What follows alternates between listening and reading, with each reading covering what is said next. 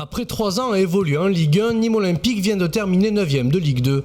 En termes d'infrastructure, le club va connaître un grand changement. Le stade des Costières sera abandonné en cours de saison prochaine pour intégrer un stade provisoire avant un nouveau stade flambant neuf, mais pas avant 2026. D'ici là, l'ambition sportive du président Rani Assaf est de terminer dans le top 10 de la Ligue 2, mais sans viser la montée car selon lui, le club n'est pas assez structuré. Ce nouvel outil devrait rapporter 7 à 8 millions d'euros par an au club, permettant ainsi de bâtir une équipe compétitive. D'ici là, quelle équipe pour les Crocos ? La perte de l'agrément ne permet plus de sécuriser des jeunes talents issus des centres de formation, le club misant plutôt sur du trading, recruter des jeunes joueurs à fort potentiel et les revendre ensuite. Mais cette technique a parfois des limites. En parallèle, Nîmes vient de terminer la saison avec une des plus faibles affluences de son histoire et une partie des supporters réclament le départ du président. Alors, quel avenir pour le Nîmes Olympique ? On en parle ce soir dans Bonsoir le Gard. Allez, je propose de démarrer avec Nicolas tout de suite sur la question que nous posons ce soir. Selon vous, Nicolas, quel avenir pour le Nîmes Olympique sous l'égide de Rani Assaf ?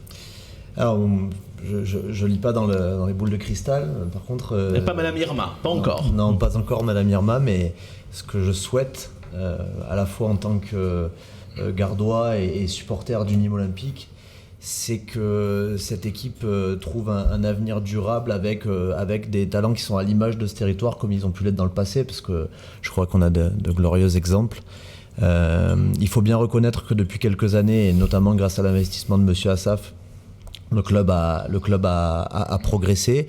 Aujourd'hui, on est dans un moment difficile et je crois qu'il est légitime qu'on attende des réponses sur l'avenir. Je crois qu'il y en a une partie qui ont été données, mais voilà, moi sur la philosophie, un club de foot, c'est pas une entreprise comme les autres. Et donc je pense qu'il faut qu'on tienne compte de cela, parce que sans ce lien avec l'environnement local, sans ce lien avec la ville, avec les supporters, avec les associations, c'est pas pareil. Moi, à titre personnel, j'ai été plusieurs années abonné en virage sud au Vélodrome.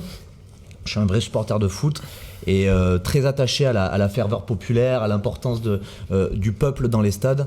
Et je crois que c'est aussi ça qu'il faut défendre, surtout dans un département comme le Gard, dans une ville comme Nîmes, qui est une ville de foot, qui vibre foot, qui pense foot, comme le Gard. Et ça, c'est important. Voilà.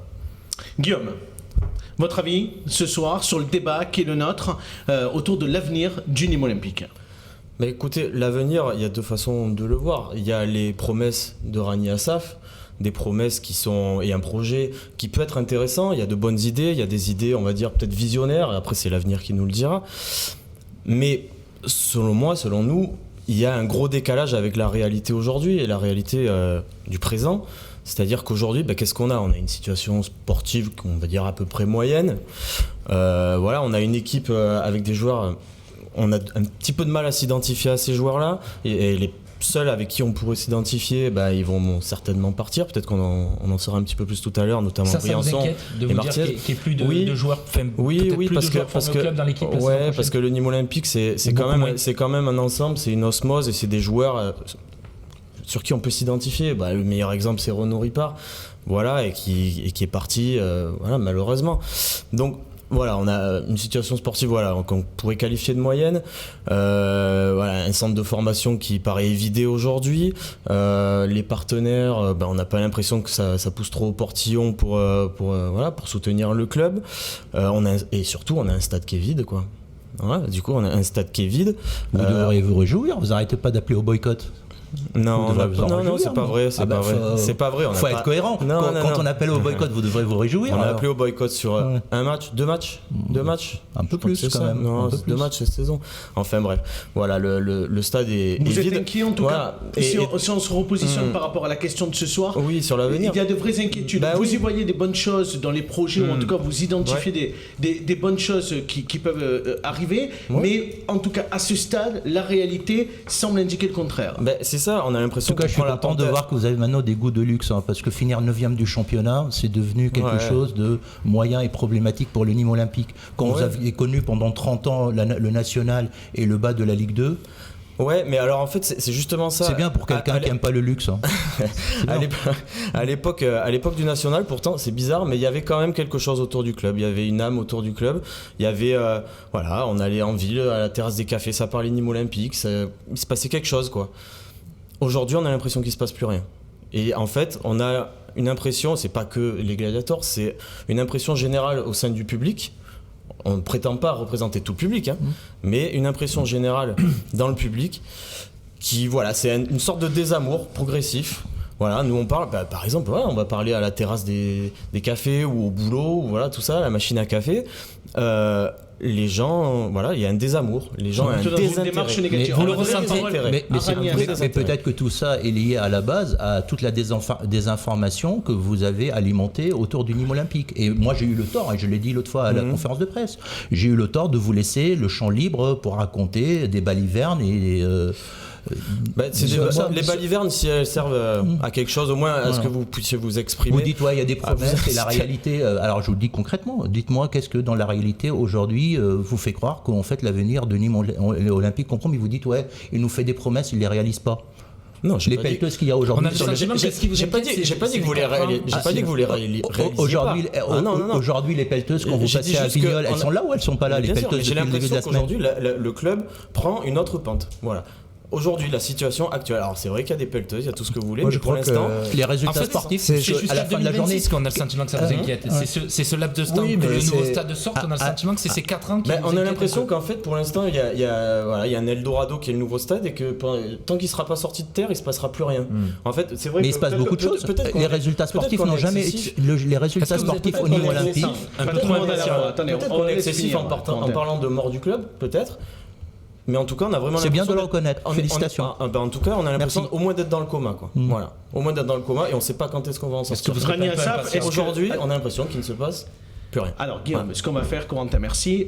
Rani Assaf, qu'est-ce que vous pouvez dire à l'interpellation de Guillaume ce soir? Comment vous pouvez le rassurer? Faites un pas d'ailleurs avec votre conférence de presse la semaine dernière, vous avez exprimé beaucoup de choses. Vous êtes sur notre plateau ce soir, vous avez accepté, et je tiens à le dire parce que je l'ai écrit ce matin, que vous n'avez mis aucune réserve pour cette émission, et vous avez dit vous pouvez faire venir qui vous voulez, je suis prêt à dialoguer. Donc c'est-à-dire que vous êtes peut-être dans un nouveau cycle aujourd'hui que vous imaginez, dans le dialogue peut-être qui peut s'ouvrir à nouveau avec les supporters. Parce que si Guillaume est là ce soir, c'est probablement parce qu'il veut discuter avec vous. Le dialogue n'a jamais été rompu, et contrairement à ce qui s'est dit partout, on avait dialogué d'ailleurs en votre présence. D'ailleurs, on avait même trouvé un accord que vous avez trahi quelques jours plus tard. Si vous vous souvenez bien, on n'avait pas trouvé un accord le soir, Mas Merlet, lors de la concertation, où il y avait vous, le vice-président de l'association, donc... Dimitri ? Non, c'était pas Dimitri qui était là, c'était Baptiste Garcia qui était là. Il y avait aussi votre trésorier.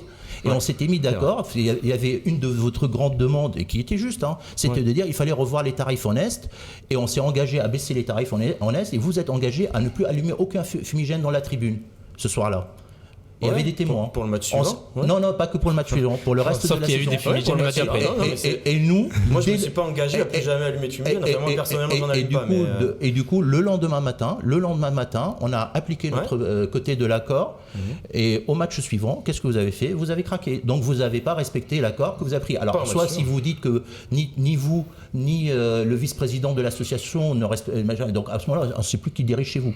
Et on s'est revus quelques semaines plus tard, c'était suite à la réunion à la mairie, on s'est retrouvés pendant 4 heures au Costières en présence de Dimitri, président de l'association.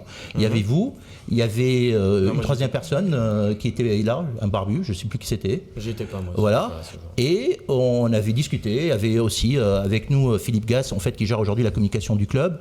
Et on a discuté pendant 4 heures. On s'était mis d'accord qu'on allait mettre en place, financé par le club, les expérimentations pour utiliser les fumigènes comme c'est autorisé aujourd'hui dans un cadre où vous avez un artificier sur place, etc. et tout. Qu'est-ce que vous avez fait au match d'après? Vous avez recraqué. Suite à ça, on a fermé la tribune. Est-ce que les GN sont d'accord pour qu'il y ait ces craquer? Parce que le côté de craquer le fumis, qui aime aussi les supporters, c'est illégal. Il faut le comprendre, c'est illégal. Mais c'est pas moi qui applique les lois. Enfin, si, on est obligé tous en fait de respecter la loi, mais c'est pas moi qui vote les lois. Il y a une loi en France qui interdit les fumigènes dans les stades, et pour une bonne raison. Il y a des accidents. La dernière fois, c'est à Bordeaux. Il y a une personne qui a perdu une main. Et moi, je suis responsable de ce qui se passe dans les stades. Dans mon stade, s'il y a quelque chose qui se passe, c'est moi. Vous avez raison. Nicolas. Oui. C'est la loi interdit les fumigènes. En revanche, il faut quand même prendre en compte d'autres dimensions. Parce que le football, comme je le disais en introduction, c'est un sport populaire. Oui, on est tous d'accord.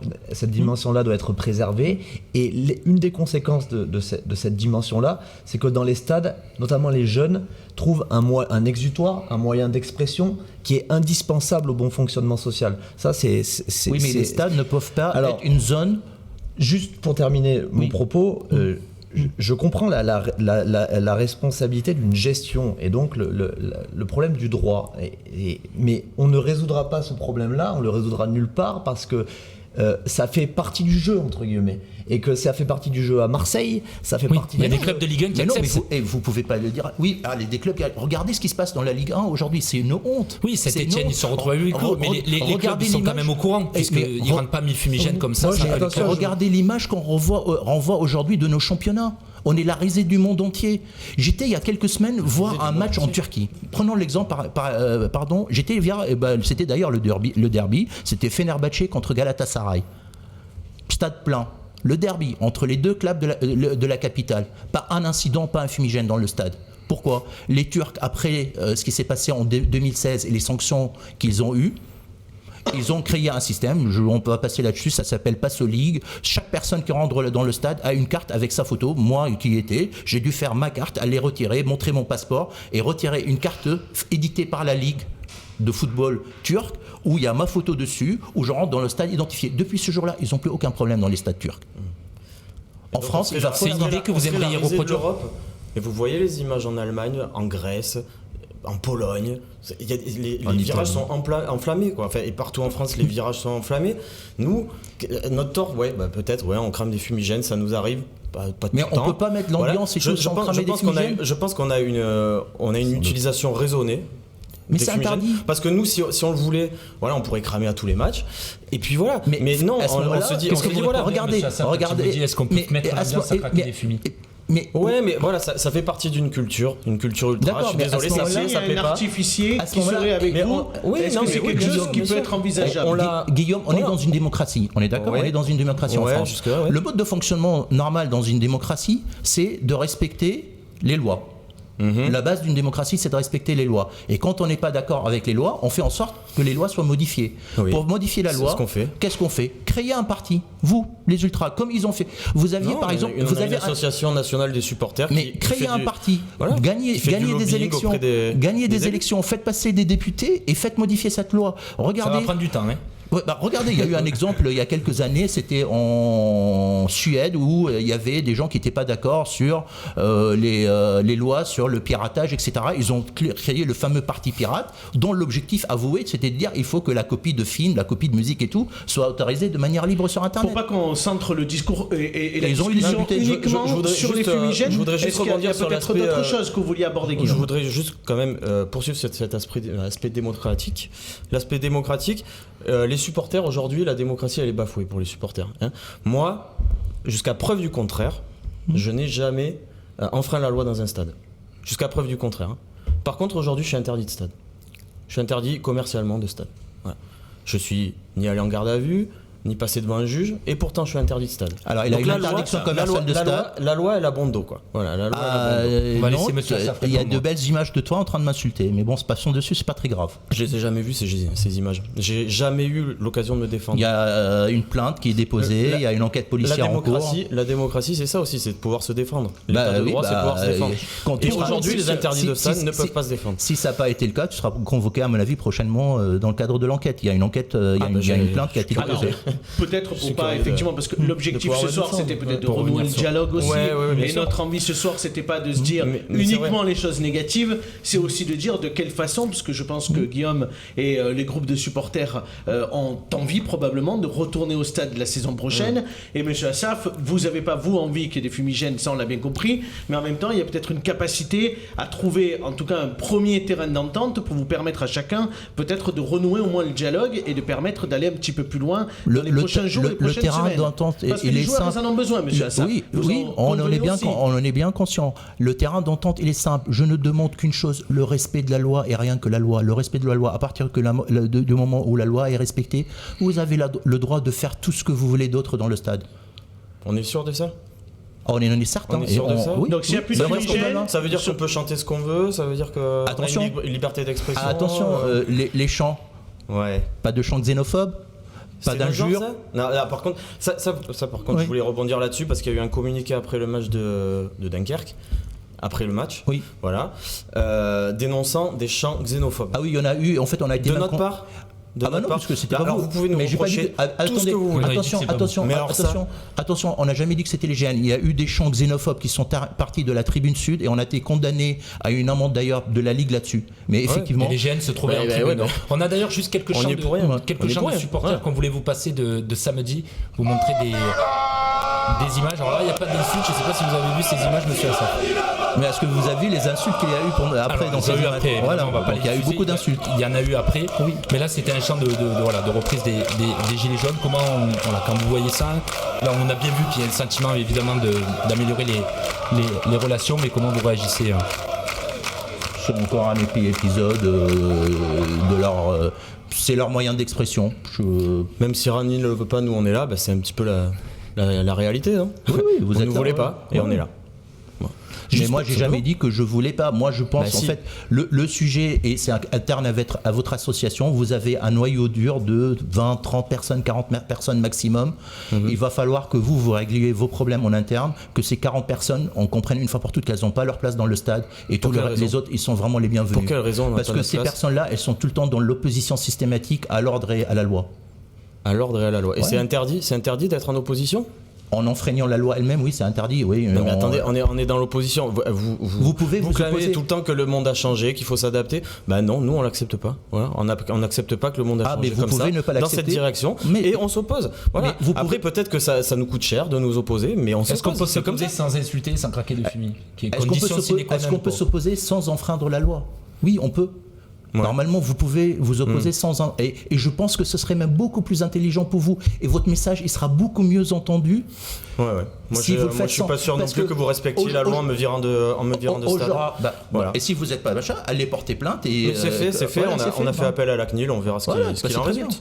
On C'est verra pas ce devant qu'il la en CNIL résulte. normalement qu'il faut Peut-être faire. pour mais c'est finir pas sur grave. l'avenir. Oui, on va peut-être redonner la parole à Nicolas Ferrière. Est-ce qu'il y avait quelque chose que vous vouliez rajouter, Nicolas? Pour terminer ce débat, on va avancer parce que l'émission a déjà pris du retard. Quand je vois... alors je suis satisfait parce que je constate qu'il y a un dialogue Qui n'existait pas qui avant. n'existait pas. Je pense que c'est la première chose. Après, je vois que c'est crispé et tendu. Non, Et moi, simplement... On va boire un coup ensemble après. Je vais m'exprimer. Aucun problème, hein. Moi, je vais m'exprimer en tant que finalement citoyen gardois, supporter d'une Olympique comme beaucoup de gens, etc. En disant que notre souhait, quelle que soit la manière dont on s'y prendra, c'est que cette équipe, elle marche, elle gagne et qu'elle gagne devant un public nombreux. Ouais. Et j'ajouterai quand même une petite chose, ça c'est lié à mon histoire personnelle, un public nombreux qui chante. Parce que et là, je veux rendre hommage quand même à tous ces supporters, à tous ces ultras, comme on les appelle souvent, qui tout le match entretiennent l'ambiance. C'est grâce à Et eux partout que- et qui suivent l'équipe partout en Et France. partout en France. J'en suis conscient. C'est J'en grâce suis à eux. conscient. Et c'est Je suis les mêmes que admiratif. l'équipe, Et elle c'est les marche. mêmes. Malheureusement. Mais à un moment, Malheureusement pour vous, c'est les mêmes. Alors Allez, c'est on vrai y qu'on est reviendra peut-être pas facile à. ensuite on dans peut pas être l'interview. Jikalim accepter, Starine à la mais fois. c'est- On c'est peut pas comme être ça. Jikalim Après- Starine à la fois. Allez, très rapidement, Abdel, parce que non, mais, vous Guillaume, avez vous aurez raison. l'occasion Non, de mais poser vous avez une autre raison. question derrière pendant C'est que l'interview. vous avez raison, c'est dommage de cristalliser le débat sur les fumigènes parce Je qu'en fait pense aussi. finalement c'est pas ce qu'attendent les gens, c'est vraiment une histoire entre nous. Mais c'est la base Et- du problème. Ouais, mais c'est dommage, c'est dommage. Nous on a fait mais un c'est pour ça rassemblement que- à la maison mais carrée justement, pourquoi vous où en on faites avait un point des choses bloquant à dire et on nous a répondu quoi? Les fumigènes. Mais pourquoi vous C'est en- quand même dommage. Ouais, C'est mais, quand même dommage. C'est un détail. Voilà. C'est un détail pour nous. C'est vraiment Bah, un si c'est un détail. détail, abandonnez-le Pour parce que monsieur c'est un Assaf, détail ça veut qui dire coûte- beaucoup. C'est un Alors, si détail c'est un détail- c'est un détail qui coûte très très cher au club. On parlait au début de l'amour du club, soutenir le club. Les fumigènes, c'est quelque chose qui fait très très très très mal au club. D'un point de vue d'ailleurs, regardez sur les autres clubs, ça leur a coûté des matchs à huis clos, ça leur a coûté des retraits de points. Un point en Ligue 1, c'est 1 million d'euros sur les droits télé. Donc Pourtant, Lyon, les supporters il vient- sont voilà. toujours au stade, quoi. C'est dommage. Les supporters sont toujours là. Et aujourd'hui, d'ailleurs, il y a un débat national. Regarde, il y avait sur une autre chaîne dont je dirais pas le nom, un débat, c'était la question, c'était est-ce que les ultras ont encore leur place dans les stades? Il y a 20 Ça ans, devrait- il y avait ce débat déjà. Eh oui, sur mais les ça plateaux devrait télé. vous interpeller. Ça devrait vous interpeller. Ouais. Ça devrait vous interpeller. Mais positivement plutôt parce que ça veut dire que voilà, on est dans l'opposition, c'est sûr. Et ben ça veut dire que ça marche. Voilà, Ouais, on mais s'oppose l'opposition, et on se fait entendre. C'est comme ça, L'opposition, c'est pas grave. elle est On défend nos intelligente idées. quand elle est constructive.